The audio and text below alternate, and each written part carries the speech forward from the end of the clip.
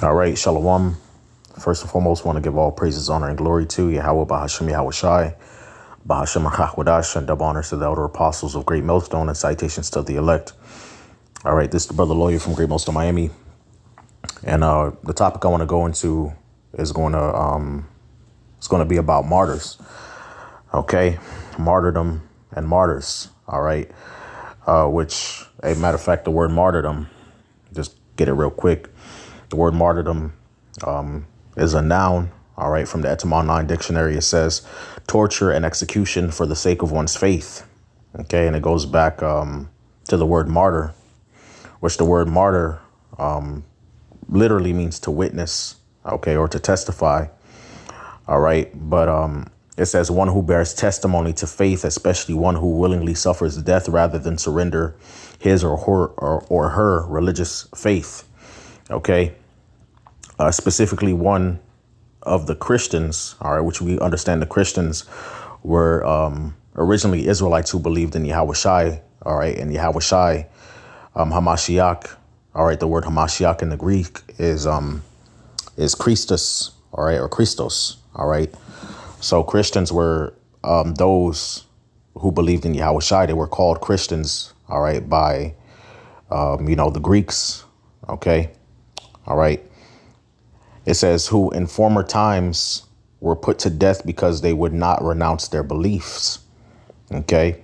And then when you go down, it says martyr literally means to witness. OK. All right. So we know in this faith, in the times to come, there will be those who have to suffer martyrdom. All right. Who have to die on account of their faith. OK. On account of their testimony of Yahweh Shai. Okay. All right. And that's in the scriptures. All right. And the scriptures give us comfort concerning this. All right. That it's not the end all be all. Okay. All right. The scriptures actually tell us not to mourn. Okay. As do others that have no hope. Okay. Why? Because there is hope, man. We know that the same way Yahweh Shai. All right. He was crucified and he ended up, getting put to death, if you will. All right. For our sins, and the Lord raised them up again. All right. That we will be raised up as well. All right. If we have to suffer. All right. Death on account of our faith. OK. All right. The same way Yahweh Shai was risen up. All right. We will be risen up as well. OK. All right. And again, that's not to say that all of us will be martyrs. All right. Yahweh Shai said that there are some standing here that shall not taste of death. OK. All right. So overall, our overall faith is that, when Yahweh Shai comes back, the majority of the elect would have survived Jacob's trouble. OK, we believe that according to faith. All right. And now, of course, there will be some that will be put to death for the testimony of Yahweh Shai. But we believe, through faith that the majority or a good part of the elect will be alive and well. OK, men, women and children. All right. When Yahweh Shai returns. All right. We know Jacob's trouble is coming. We know famine is coming. We know Esau's coming in like a flood. But we also know that the Lord is going to lift up a standard. OK, that the Lord is going to feed us, during the time of famine. OK, Job chapter 5. All right. Isaiah 6, chapter 65. I mean, matter of fact, I got to get the precepts, man. Got to get it real quick. All right. Job chapter 5 and OK. And verse 19, it says, he shall deliver thee in 6 troubles, yea, in 7 there shall no evil touch thee. In famine he shall redeem thee from death, and in war from the power of the sword. Thou shalt be hid from the scourge of the tongue, neither shalt thou be afraid of destruction when it cometh. At destruction and famine thou shalt laugh, neither shalt thou be afraid of the beast of the earth. For thou shalt be in league with the stones of the field, and the beast of the field shall be at peace with thee. Okay. All right. So when famine comes, when war comes, all right, we know violence is coming to the streets of Babylon and to the whole world. OK, we know that there's going to be a great insurrection upon those that fear the Lord. We're going to become a public enemy number one, brother. Hey, real talk. They might have bounties out for us. Real talk. Esau might put bounties on our heads out here, slandering us in the news or whatever. Right. But the Lord's going to protect us from all of that. OK, when the famine comes, we're going to survive. All right. We believe through faith that the Lord's going to take care of us. All right. Point blank, period. That's what it is. Right. OK. Hey, Isaiah chapter 65 and 13, it says, therefore, thus saith the Lord God, behold, my servant shall eat, but ye shall be hungry. Behold, my servant shall drink, but ye shall be thirsty. Behold, my servant shall rejoice, but ye shall be ashamed. Behold, my servant shall sing for joy of heart, but ye shall cry for sorrow of heart and shall howl for vexation of spirit. OK, so when the famine comes, all right, others shall weep and be sorrowful, but thou shalt be merry and have abundance, man. OK. All right. The destruction is for the wicked. All right. We know that according to the scriptures, man. All right. Death and famine and strife and the sword. All of these were created for the wicked, and for their sake came the flood. OK. All right. So the Lord's going to make sure that we're well taken care of. OK, when all hell breaks loose in the society. All right. Matter of fact, let's get another precept. Let's get Proverbs chapter 1 real quick, and I'm going to get to Proverbs chapter 3, and then we'll go back to the point of the lesson. Right. It says Proverbs chapter 1 and verse 32. Right. It says, for the turning away of the simple shall slay them, and the prosperity of fools shall destroy them. All right. So, you know, the simplicity, all right, of the unbelievers, their incredulity is going to get them destroyed. OK. All right. It's going to get them destroyed by the famine. It's going to get them destroyed in the wars to come. All right. It says, but whoso hearkeneth unto me shall dwell safely and shall be quiet from fear of evil. OK.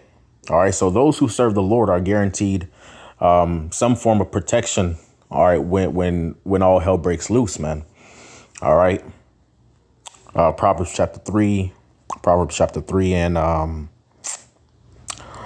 verse 25, it says, be not afraid of sudden fear, neither of the desolation of the wicked when it cometh, for the Lord shall be thy confidence and shall keep thy foot from being taken.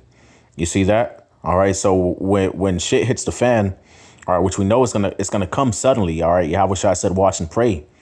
OK. All right. That's why Yahushua said, watch and pray, because as a snare shall it come upon all the inhabitants of the earth. OK, it's going to take them unawares. All right. All right. But when that does come, those that have been on their watch, those that have been praying, those that have been seeking the Lord, OK, and moving in the fear of the Lord are going to be delivered. They're going to be protected. All right. So with that being said, you know, all right, we can have a confidence that the majority of the elect will be alive and well when Yahushua comes back. All right. Yahushua, the scriptures do say, all right, that in Jeremiah chapter 16, all right, that the Lord liveth, which brought up and which led the seed of the house of Israel out of the land of the north and out of all the lands whether he have driven them. OK. All right. So it's going to be a great deliverance taking place, man. All right. But with all of that being said, we understand that there will be martyrs for the faith. OK, for the testimony of Yahushua. OK. All right. And so with that in mind, man, we have to understand that there's still hope. OK. All right. It's not the end all be all. OK. It's not a bad way to go out. Matter of fact, it's an honorable way to go out, because Yahushua said that greater love hath no man than this, that a man lay down his life for his friends. OK, Yahushua laid down his life for us. We ought to lay down our life for the brethren. That's why the world hates us. All right. The world's going to try to paint it as, you know, as a horrible thing. OK, you know, they're going to say, oh, the Lord wasn't. Matter of fact, I got to get it. In, you know, Wisdom of Solomon. OK. How on the side of the unwise they seem to die, and their departure is taken for misery. OK. Wisdom of Solomon chapter 3.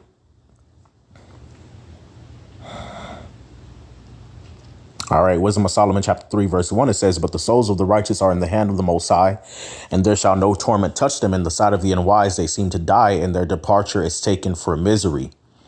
And they're going from us to be utter destruction, but they are in peace.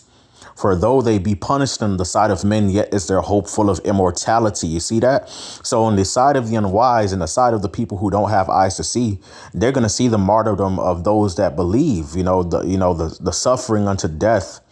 All right. Of those that believe in Yahushua as, you know, them being without hope. You know, they're going to view it as torment. You know, they're going to view it as misery. OK, as utter destruction. OK, like the Lord wasn't with us or whatever, whatever they going to say. All right. But nonetheless, man. OK. Our hope is full of immortality. Okay. The hope of the elect is full of immortality. All right. We believe in something beyond this. We believe that the Lord is going to raise us up as he did Yahweh Shai. Okay. All right. We believe that though we suffer in this time, the Lord is going to reward us and give us honor and fame and glory. Okay. In the age to come. All right. If we stand stiffly for the name of Yahweh Ba'ashem Yahweh Shai. Okay. It says, and having been a little chastised, they shall be greatly rewarded, for Yahweh proved them and found them worthy for himself. So there you go right there, man. OK. All right. Those that are martyrs for the testimony of Yahweh Shai, those that are put to death on account of their faith. OK. All right. Have been found worthy of the Most High, man. OK. All right. It says, as gold in the furnace hath he tried them and received them as a burnt offering. And in the time of their visitation, they shall shine and run to and fro as sparks among the stubble. They shall judge the nations and have dominion over the people, and their Lord shall reign forever. OK. All right. So they're going to be proven as gold. All right. They're going to be precious in the eyes of the Lord, and the Lord ultimately is going to exalt them. OK. All right. So it's not a hopeless end all be all situation, a doom and gloom situation that the world and this flesh wants to paint it out to be, man. OK. All right. They don't have the vision. They don't have the understanding. First of all, because the Lord didn't bless them with it. All right. And because the Lord didn't bless them with it, they fear death, man. OK. They fear death. They fear suffering. OK. They fear affliction on account of righteousness. OK. All right. But the hopeful elect don't fear those things. Matter of fact, they embrace it because they know at the end of it all, the Lord is going to exalt them. OK. All right. Wisdom of Solomon, chapter 5, verse 1, it says, then shall the righteous man stand in great boldness before the face of such as have afflicted them and made no account of his labors. When they see it, they shall be troubled with terrible fear and shall be amazed at the strangeness of his salvation, so far beyond all that they looked for. OK. All right. So the Lord is going to raise up the righteous and exalt them before the face of their enemies. OK. All right. When the chariots come, that strangeness of his salvation, the elect are going to be beamed up and the wicked are going to suffer. OK. Whether the elect had to go out as, a martyr or whether they lived to see. OK. The end of this thing. OK. All right. They're going to be lifted up and beamed up. OK. It says, and they repenting and groaning for anguish of spirit shall say within themselves, this was he whom we had sometime in derision and a proverb of reproach. We fools accounted his life madness and his end to be without honor. So when they see the elect, suffer for righteousness, OK, they do not have a mind to think, wow, that's an honorable, thing that this individual is doing. OK, they're not looking at it in the spirit. They're looking at it like, oh, he suffered for righteousness' sake. Oh, that he was a joke. He was a fool. OK, he threw his life away. All right. They're going to be talking all type of bullshit, All right. They're going to make mockery as they did to Yahweh Shai. OK, he was the son of God. He saved others. Why can't he save himself? Bring yourself down from the cross. All type of madness, All right. Right. It says, how is he numbered among the children of God and his lot among the saints? OK, therefore have we erred from the way of truth, and the light of righteousness hath not shone unto us, and the sun of righteousness rose not upon us. OK, so they're going to see the elect risen up, OK, and glorified, and they're going to regret their existence. OK. All right. They're going to be ashamed. All right. When they see the strangeness of the elect's salvation. All right. And they're going to know that they messed up, that the path they went down was not the path that they should have went down. OK. And that judgment is coming for them. OK. So the roles are going to reverse. All right. So understand that, at the path that we're going down, the brothers that are in our immediate circle, some of them may be martyrs, the head of your camp, a brother that you might be close with, a believer that you might be close with, you done built a relationship with. OK. All right. And it's going to hurt. Okay. It's a possibility. We read it in the scriptures. These things can happen, man. The Lord said, count the cost, man.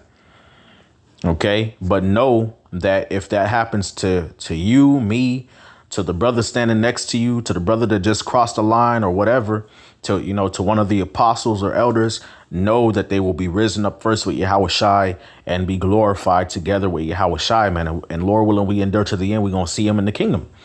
Okay. It's 1 Thessalonians chapter 4 and verse 13. It says, but I would not have you ignorant, brethren, concerning them which are asleep, which the word, that's going into those that, pass on. OK. All right. Those that die, so to speak. Right. It says it's specifically those that die in the Lord. OK.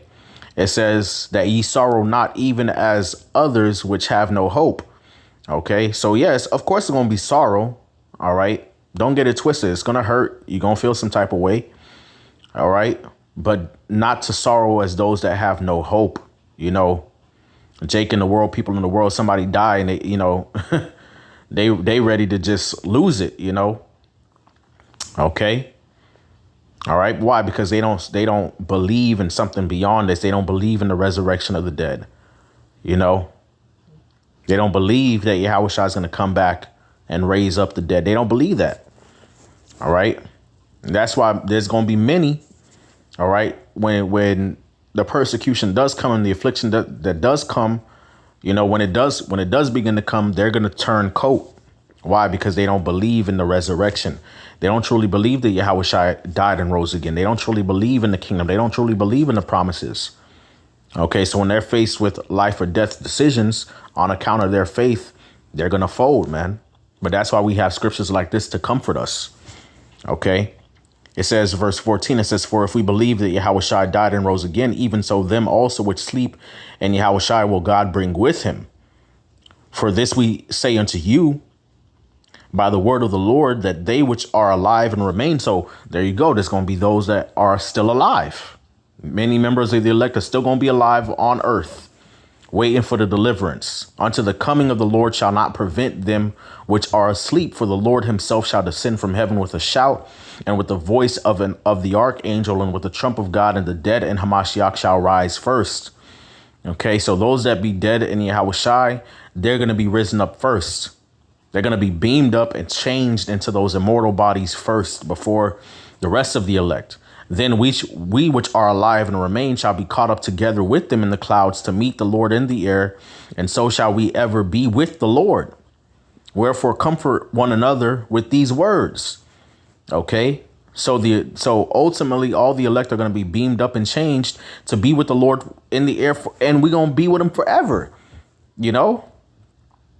And oh, death, where is thy sting? From that point forward, there will be no more death amongst Israel, man. Once the elect are delivered, OK, and the wicked of our people are purged out, the rebels are purged out.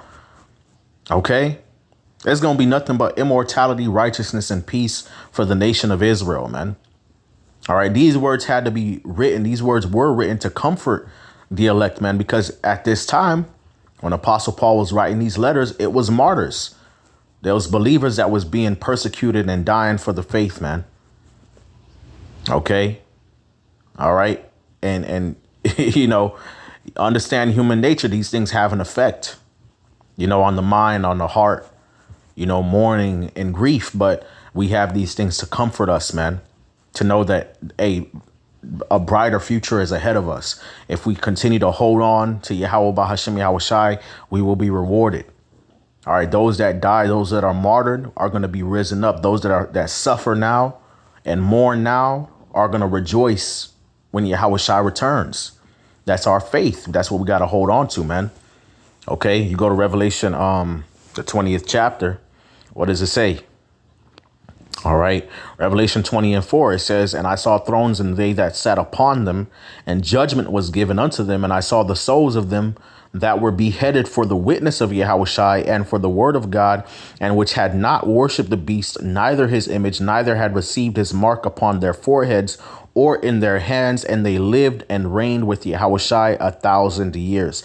So you see that those that are martyred for the witness, those that die for the witness of Yahushua, for the word of the Most High, that will not worship Esau's beast system and take the MOTB.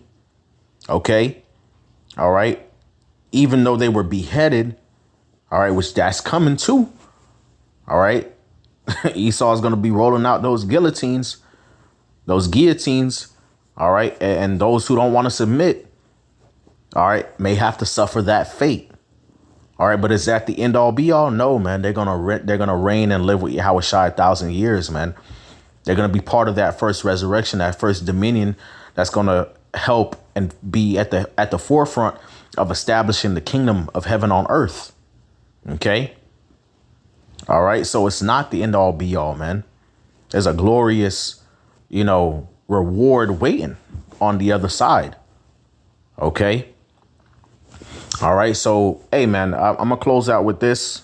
I did want to bring this precept out, man. 1 Corinthians chapter 15. OK. 1 Corinthians 15 and 50, it says, "Now this I say, brethren, that flesh and blood cannot inherit the kingdom of the Most High, neither doth corruption inherit incorruption." All right. So we have to be changed from these vile, corruptible bodies. All right. In order to inherit the kingdom. All right. We have to be changed into a righteous form. OK. So that we can inherit and rule over a kingdom wherein dwelleth righteousness and reap all the benefits. All right. It says, "Behold, I shew you a mystery. We shall not all sleep, but we shall all be changed in a moment, in the twinkling of an eye, at the last trump. For the trumpet shall sound, and the dead shall be raised incorruptible, and we shall be changed." Okay.